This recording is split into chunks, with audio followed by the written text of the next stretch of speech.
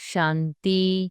12 फरवरी 2025 के ईश्वरीय महावाक्य। पहले एक नजर मुरली के मुख्य पॉइंट पर।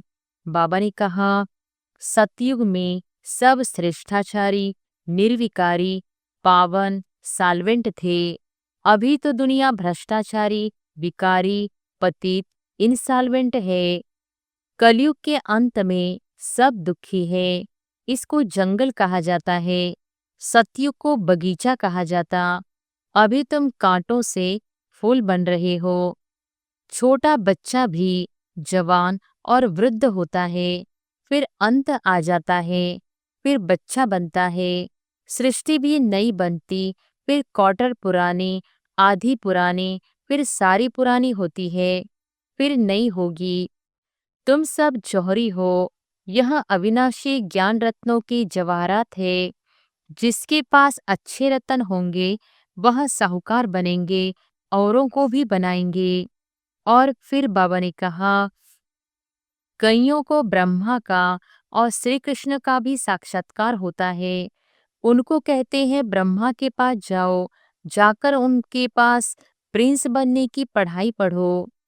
तुम हो ईश्वरीय कुल के, तुमको बाप पवित्र बनाते हैं। फिर अगर अपवित्र बनते हैं तो कुल कलंकित बनते हैं। बाप तो जानते हैं ना, फिर धर्मराज द्वारा बहुत सजा दिलाएंगे। बाप बैठ कर्म अकर्म विकर्म की गति समझाते हैं। कहते हैं ना, इसने आगे जन्म में ऐसे कर्म किए हैं जिसकी यहाँ भोगना है। गाते भी हैं, हे प्रभु तेरी लीला अपरम अपार है। लीला एक की ही होती है। शिव बाबा की महिमा बड़ी न्यारी है। वह तो है सदा पावन रहने वाला। और फिर लास्ट में बाबा ने कहा, मम्मा बाबा अच्छे बादल है ना, बच्चों को संग उनका करना चाहिए जो अच्छा बरसते हैं। संग का दोष भी बहुत लगता है। कोई तो किसके संग से हीरे जैसा बन जाते हैं, कोई फिर किसके संग से ठिक्कर बन जाते हैं। पीठ करनी चाहिए अच्छे की जो ज्ञानवान होगा। अगर कोई देवी का साक्षात्कार करना चाहते हैं, देवी तो नहीं कराएगी ना। कहते हैं, हे भगवान हमको साक्षात्कार कराओ। बाप कहते हैं ड्रामा में नोंद होगी तो हो जाएगा। मैं भी ड्रामा में बांधा हुआ हूँ। याद शिव बाबा की ही रहनी चाहिए। इनको कहा जाता है निरहंकारी। मैं यह करता हूँ, मैं यह करता हूँ, यह अहंकार नहीं आना चाहिए। सर्विस करना तो फर्ज है, इसमें अहंकार नहीं आना चाहिए। और अब सुनते हैं महावाक्यों को विस्तार से। मुरली का सार। मीठे बच्चे, तुम बहुत बड़े जौहरी हो। तुम्हें अविनाशी ज्ञान रत्नों रूपी जवाहरात देकर सबको साहूकार बनाना है। प्रश्न है, अपने जीवन को हीरे जैसा बनाने के लिए किस बात की बहुत बहुत संभाल चाहिए? उत्तर है, संग की। बच्चों को संग उनका करना चाहिए जो अच्छा बरसते हैं। जो बरसते नहीं, उनका संग रखने से फायदा ही क्या। संग का दोष बहुत लगता है। कोई किसके संग से हीरे जैसा बन जाते हैं, कोई फिर किसके संग से ठिक्कर बन जाते हैं। जो ज्ञानवान होंगे वह आप समान जरूर बनाएंगे। संग से अपनी संभाल रखेंगे। ओम शांति। मीठे मीठे रूहानी बच्चों को सारी सृष्टि, सारा ड्रामा अच्छी रीति बुद्धि में याद है। कॉन्ट्रास्ट भी बुद्धि में है। यह सारा बुद्धि में पक्का रहना चाहिए कि सतयुग में सब श्रेष्ठाचारी, निर्विकारी, पावन साल्वेंट थे। अभी तो दुनिया भ्रष्टाचारी, विकारी, पतित, इंसॉल्वेंट है। अभी तुम बच्चे संगम युग पर हो। तुम उस पार जा रहे हो। जैसे नदी और सागर का जहाँ मेल होता है उनको संगम कहते हैं। एक तरफ मीठा पानी, एक तरफ खारा पानी होता है।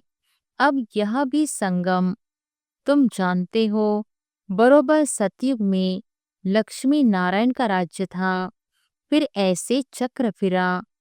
अभी है संगम, कलयुग के अंत में सब दुखी है। इसको जंगल कहा जाता है, सतयुग को बगीचा कहा जाता। अभी तुम कांटों से फूल बन रहे हो। यह स्मृति तुम बच्चों को होनी चाहिए। हम बेहद के बाप से वर्षा ले रहे हैं, यह बुद्धि में याद रखना है। 84 जन्मों की कहानी तो बिल्कुल कॉमन है, समझते हो। अब 84 जन्म पूरे हुए। तुम्हारी बुद्धि में तरावट है कि हम अभी सतयुगी बगीचे में जा रहे हैं। अब हमारा जन्म इस मृत्युलोक में नहीं होगा, हमारा जन्म होगा अमर लोक में। शिव बाबा को अमरनाथ भी कहते हैं। वहाँ हमको अमर कहानी सुना रहे हैं। वहाँ हम शरीर में होते भी अमर रहेंगे। अपनी खुशी से टाइम पर शरीर छोड़ेंगे। उसको मृत्युलोक नहीं कहा जाता। तुम किसको भी समझाएंगे तो समझेंगे बरोबर, इनमें तो पूरा ज्ञान है। सृष्टि का आदि और अंत तो है ना। छोटा बच्चा भी जवान और वृद्ध होता है, फिर अंत आ जाता है, फिर बच्चा बनता है। सृष्टि भी नई बनती, फिर क्वार्टर पुरानी, आधी पुरानी, फिर सारी पुरानी होती है, फिर नई होगी। यह सब बातें और कोई एक दो को सुना नहीं सकते। ऐसी चर्चा कोई कर नहीं सकते सिवाय तुम ब्राह्मणों के। और कोई को रूहानी नॉलेज मिल न सके। ब्राह्मण वर्ण में आए तब सुने, सिर्फ ब्राह्मण ही जाने। ब्राह्मणों में भी नंबरवार है। कोई यथार्थ रीति सुना सकते हैं, कोई नहीं सुना सकते हैं, तो उन्हों को कुछ मिलता नहीं है। जौहरियों में भी देखेंगे, कोई के पास तो करोड़ों का माल रहता है, कोई के पास तो 10,000 का भी माल नहीं होगा। तुम्हारे में भी ऐसे है। जैसे देखो, यह जनक है, यह अच्छा जौहरी है, इनके पास वैल्यूबल जवाहरात है। किसको देकर अच्छा साहूकार बना सकती है। कोई छोटा जौहरी है, जास्ती दे नहीं सकते, तो उनका पद भी कम हो जाता है। तुम सब जौहरी हो। यह अविनाशी ज्ञान रत्नों के जवाहरात है। जिसके पास अच्छे रत्न होंगे वह साहूकार बनेंगे, औरों को भी बनाएंगे। ऐसे तो नहीं, सब अच्छे जौहरी होंगे। अच्छे अच्छे जौहरी बड़े बड़े सेंटर्स पर भेज देते हैं। बड़े आदमियों को अच्छी जवाहरात दी जाती है। बड़े बड़े दुकानों पर एक्सपर्ट रहते हैं। बाबा को भी कहा जाता है सौदागर, रत्नागर। रत्नों का सौदा करते हैं। फिर जादूगर भी है, क्योंकि उनके पास ही दिव्य दृष्टि की चाबी है। कोई नौदा भक्ति करते हैं तो उनको साक्षात्कार हो जाता है। यहाँ वह बात नहीं है। यहाँ तो अनायास घर बैठे भी बहुतों को साक्षात्कार होता है। दिन प्रतिदिन सहज होता जाएगा। कईयों को ब्रह्मा का और श्री कृष्ण का भी साक्षात्कार होता है। उनको कहते हैं ब्रह्मा के पास जाओ, जाकर उनके पास प्रिंस बनने की पढ़ाई पढ़ो। यहाँ पवित्र प्रिंस प्रिंसेस चले आते हैं ना। प्रिंस को पवित्र भी कह सकते हैं, पवित्रता से जन्म होता है ना। पतित को भ्रष्टाचारी कहेंगे, पतित से पावन बनना है। यह बुद्धि में रहना चाहिए, जो किसको समझा भी सको। मनुष्य समझते हैं यह तो बड़े सेंसिबल है। बोलो, हमारे पास कोई शास्त्रों आदि की नॉलेज नहीं है। यह है रूहानी नॉलेज जो रूहानी बाप समझाते हैं। यह है त्रिमूर्ति ब्रह्मा, विष्णु, शंकर। यह भी रचना है। रचयिता एक बाप है। वह होते हैं हद के क्रिएटर। यह है बेहद का बाप, बेहद का क्रिएटर। बाप बैठकर पढ़ाते हैं। मेहनत करनी होती है। बाप गुलगुल फूल बनाते हैं। तुम हो ईश्वरीय कुल के। तुमको बाप पवित्र बनाते हैं। फिर अगर अपवित्र बनते हैं तो कुल कलंकित बनते हैं। बाप तो जानते हैं ना। फिर धर्मराज द्वारा बहुत सजा दिलाएंगे। बाप के साथ धर्मराज भी है। धर्मराज की ड्यूटी भी अभी पूरी होती है। सतयुग में तो होगी ही नहीं। फिर शुरू होती है द्वापर से। बाप बैठ कर्म, अकर्म, विकर्म की गति समझाते हैं। कहते हैं ना, इसने आगे जन्म में ऐसे कर्म किए हैं जिसकी यह भोगना है। सतयुग में ऐसे नहीं कहेंगे। बुरे कर्मों का वहां नाम नहीं होता। यहाँ तो बुरे अच्छे दोनों हैं। दुख सुख दोनों हैं, परंतु सुख बहुत थोड़ा है। वहां फिर दुख का नाम नहीं। सतयुग में दुख कहाँ से आया? तुम बाप से नई दुनिया का वर्षा लेते हो। बाप है ही दुख हरता, सुख करता। दुख कब से शुरू होता है यह भी तुम जानते हो।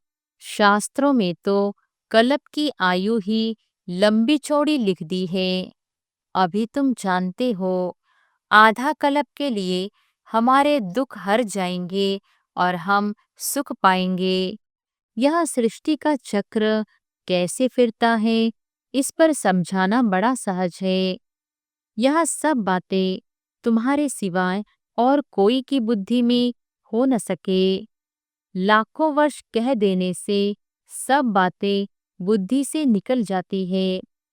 अभी तुम जानते हो यह चक्र 5000 वर्ष का है। कल की बात है जबकि इन सूर्यवंशी चंद्रवंशियों का राज्य था। कहते भी है ब्राह्मणों का दिन। ऐसे नहीं, शिव बाबा का दिन कहेंगे। ब्राह्मणों का दिन और ब्राह्मणों की रात। ब्राह्मण फिर भक्ति मार्ग में भी चले आते हैं। अभी है संगम, न दिन है न रात है। तुम जानते हो हम ब्राह्मण फिर देवता बनेंगे, फिर त्रेता में क्षत्रिय बनेंगे। यह तो बुद्धि में पक्का याद कर लो। इन बातों को और कोई नहीं जानते हैं। वह तो कहेंगे शास्त्रों में इतनी आयु लिखी है, तुमने फिर यह हिसाब कहाँ से लाया है? यह अनादि ड्रामा बना बनाया है। यह कोई नहीं जानते। तुम बच्चों की बुद्धि में है आधा कल्प है सतयुग त्रेता, फिर आधा से भक्ति शुरू होती है। वह हो जाता है त्रेता और द्वापर का संगम। द्वापर में भी यह शास्त्र आदि आहिस्ते आहिस्ते बनते हैं। भक्ति मार्ग की सामग्री बड़ी लंबी चौड़ी है। जैसे झाड़ कितना लंबा चौड़ा है, इसका बीज है बाबा। यह उल्टा झाड़ है। पहले पहले आदि सनातन देवी देवता धर्म है। यह बातें जो बाप सुनाते हैं यह है बिल्कुल नई। इस देवी देवता धर्म के स्थापक को कोई नहीं जानते। श्री कृष्ण तो बच्चा है, ज्ञान सुनाने वाला है बाप। तो बाप को उड़ाए बच्चे का नाम डाल दिया है। श्री कृष्ण के ही चरित्र आदि बैठ दिखाए हैं। बाप कहते हैं लीला कोई श्री कृष्ण की नहीं है। गाते भी है हे प्रभु तेरी लीला अपरम अपार है। लीला एक की ही होती है। शिव बाबा की महिमा बड़ी न्यारी है। वह तो है सदा पावन रहने वाला, परंतु वह पावन शरीर में तो आ न सके। उनको बुलाती ही है पति दुनिया को आकर पावन बनाओ। तो बाप कहते हैं, मुझे भी पतित दुनिया में आना पड़ता है। इनके बहुत जन्मों के अंत में आकर प्रवेश करता हूँ। तो बाप कहते हैं, मुख्य बात अलफ को याद करो, बाकी यह सारी है रेजगारी। वह सब तो धारण कर न सके, जो धारण कर सकते हैं उन्हों को समझाता हूँ। बाकी तो कह देता हूँ मन मना भव। नंबरवार बुद्धि तो होती है ना। बादल कोई तो खूब बरसते हैं, कोई थोड़ा बरसकर चले जाते हैं। तुम भी बादल हो ना, कोई तो बिल्कुल बरसते ही नहीं है। ज्ञान को खींचने की ताकत नहीं है। मम्मा बाबा अच्छे बादल है ना। बच्चों को संग उनका करना चाहिए जो अच्छा बरसते हैं। जो बरसते ही नहीं, उनसे संग रखने से क्या होगा। संग का दोष भी बहुत लगता है। कोई तो किसके संग से हीरे जैसा बन जाते हैं, कोई फिर किसके संग से ठिक्कर बन जाते हैं। पीठ पकड़नी चाहिए अच्छे की। जो ज्ञानवान होगा वह आप समान फूल बनाएगा। सत बाप से जो ज्ञानवान और योगी बने हैं उनका संग करना चाहिए। ऐसे नहीं समझना है कि हम फलाने का पूंछ पकड़कर पार हो जाएंगे। ऐसे बहुत कहते हैं, परंतु यहाँ तो वह बात नहीं है। स्टूडेंट किसकी पूंछ पकड़ने से पास हो जाएगा क्या? पढ़ना पड़े ना। बाप भी आकर नॉलेज देते हैं। इस समय वह जानते हैं हमको ज्ञान देना है। भक्ति मार्ग में उनकी बुद्धि में यह बातें नहीं रहती कि हमको जाकर ज्ञान देना है। यह सब ड्रामा में नोंद है। बाबा कुछ करते नहीं है। ड्रामा में दिव्य दृष्टि मिलने का पाठ है तो साक्षात्कार हो जाता है। बाप कहते हैं, ऐसे नहीं कि मैं बैठ साक्षात्कार कराता हूँ। यह ड्रामा में नोंद है। अगर कोई देवी का साक्षात्कार करना चाहते हैं, देवी तो नहीं कराएगी ना। कहते हैं, हे भगवान हमको साक्षात्कार कराओ। बाप कहते हैं, ड्रामा में नोंद होगी तो हो जाएगा। मैं भी ड्रामा में बांधा हुआ हूँ।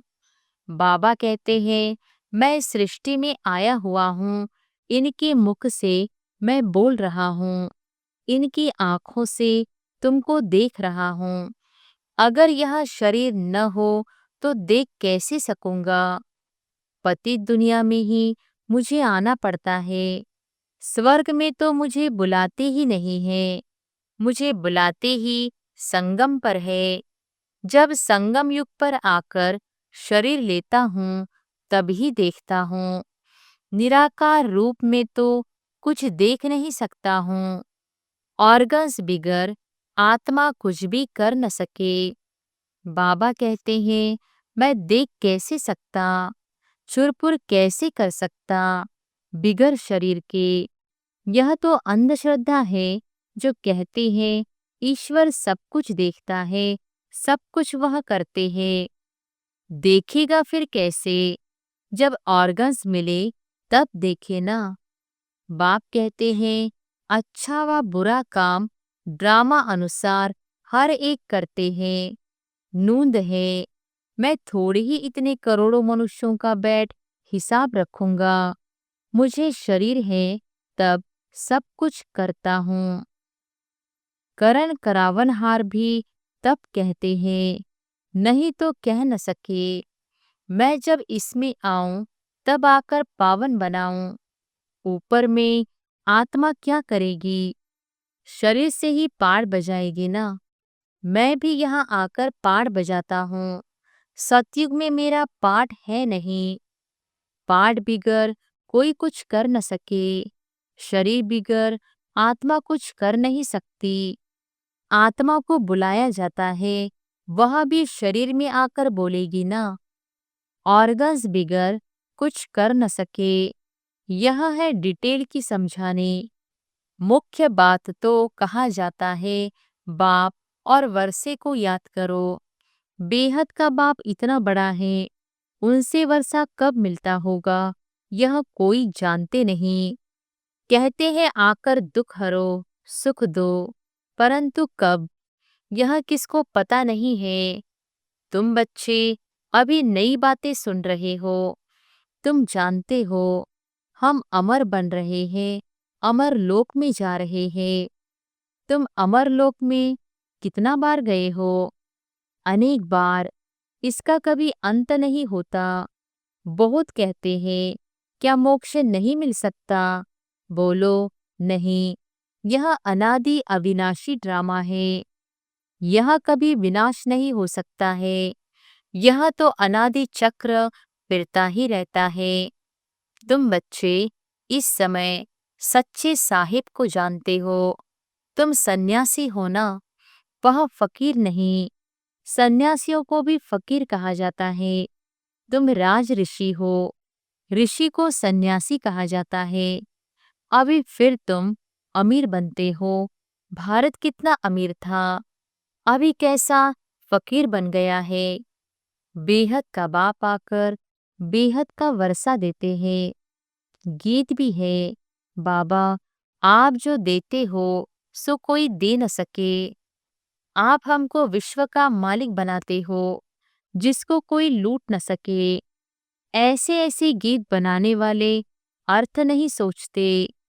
तुम जानते हो वहाँ पार्टीशन आदि कुछ नहीं होगा। यहाँ तो कितनी पार्टीशन है।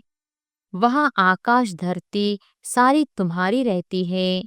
तो इतनी खुशी बच्चों को रहनी चाहिए ना।